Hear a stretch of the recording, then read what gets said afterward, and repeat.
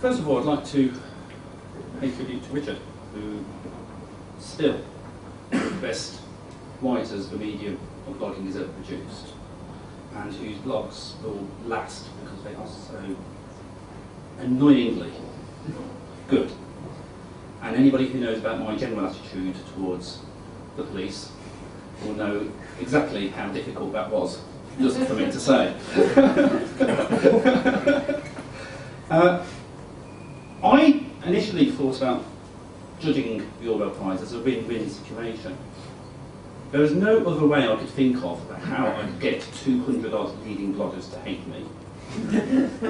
And I read the rules carefully, and there was nothing stopping me awarding it to myself. Unfortunately, I'm not going to follow that process. It was difficult. 2,030 blog posts, most of which I suspected, and Gary suspected, we were the first people to actually have read it, including the author. And I'll just need to issue a correction. What Gary actually said at the meeting wasn't posed in that sexist way. She said, blogging clearly keeps marriages together. She didn't say it kept the husband happy, it just was, it kept marriages together. And the faults of blogging are, no editorial influence, no commissioning process, just sheer self-publication. Has strengths and it has weaknesses. And I'm glad so many people did enter it, because there are some people on the list whom I'd never even heard. But yes, there is a mix. All the bloggers who entered 10 blog posts from the last year. So on that basis, one could argue that the long list and shortlisting exercise is some sort of snapshot of how blogging was as at the end of last year. At the very beginning of the process, Gary and I agreed that a professional journalist who just posted their copy on their blog was not going to get through. They had to do something with their blogs which actually meant they were doing something other than just publishing journalism. For example, responding to emerging stories. For example, linking. For example, entering into dialogue with the commenters. But doing something different, which could only be done by blogging, adding value. And so a lot of very good journalists, very good writers, got nowhere near the long list on that basis because they were just shoving their journalism onto the web and it wasn't blogging as such. There were things which mainstream media are doing, for example, the live blogging of Andrew Sparrow on The Guardian, which I just think has been a wonderful, wonderful development. You can see stories developing in real time. They are tests of perseverance. The effort which goes into linking as well as they do, it's just a wonderful thing. And it could only be done on an internet. It couldn't be done on in-print journalism at all. And the best live blogs actually are wonderful records of events as they unfolded. Then there's the sort of blogging from my own background, which isn't whinging about working class people under an anonymous name, like previous winners of the Orwell Prize have done, but actually taking news stories and analysing them, actually holding the mainstream media to account as the stories come out, or as the politicians want to spin. And so things like Kathy Newman's Fact Check blog on Channel 4 is just a tremendous resource. I'd never really worked with it before, I never looked at it, and I just thought, this is really good. This is something which is development through blogging. And then people like Anton Val, Dr. Petra Heresiarch, taking stories which are emerging and actually putting them under instant, independently minded scrutiny. That's a great development of blogging.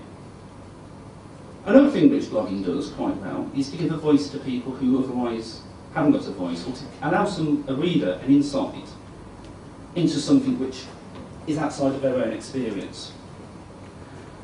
So, for example, Juliet Jack's blog, Transgender Journey. There's no truth in the rumour that having followed Jack Knight and Jack of Kent, there had to be a Jack on the long list. But it's just an extraordinary sequence of blog posts which allow you an insight into something which is unimaginable to other people. And then, for example, an absolute gem, Duncan McLaren, Visiting Mabel, a blog I'd never even thought of before. It's about his mother who's gone into a rest home. It's published by Saga. And to be frank, a lot of the blog posts I read, it was a bit of a chore by the time I got to the 5th or the 6th, let alone the 10th.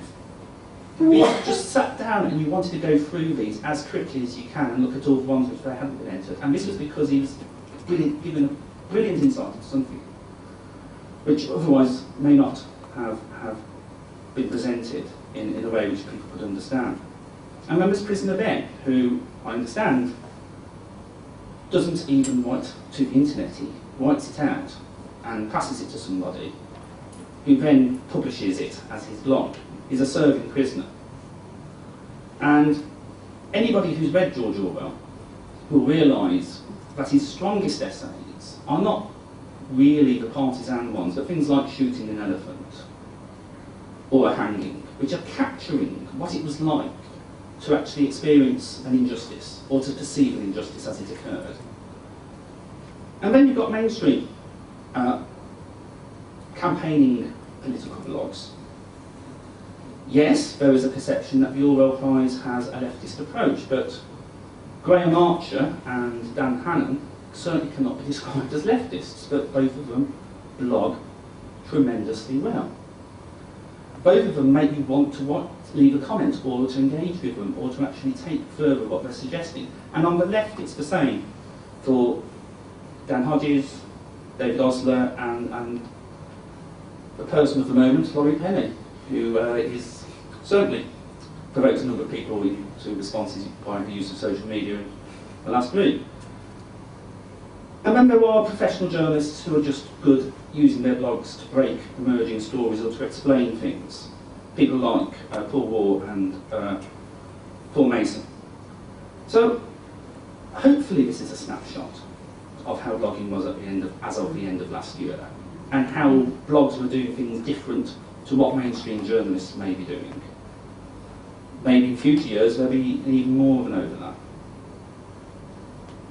Nick Cohen, whenever he's invited to write or speak about bloggers, great chap, he always falls on the line of Samuel Johnson. Nobody but a blockhead ever wrote but for money.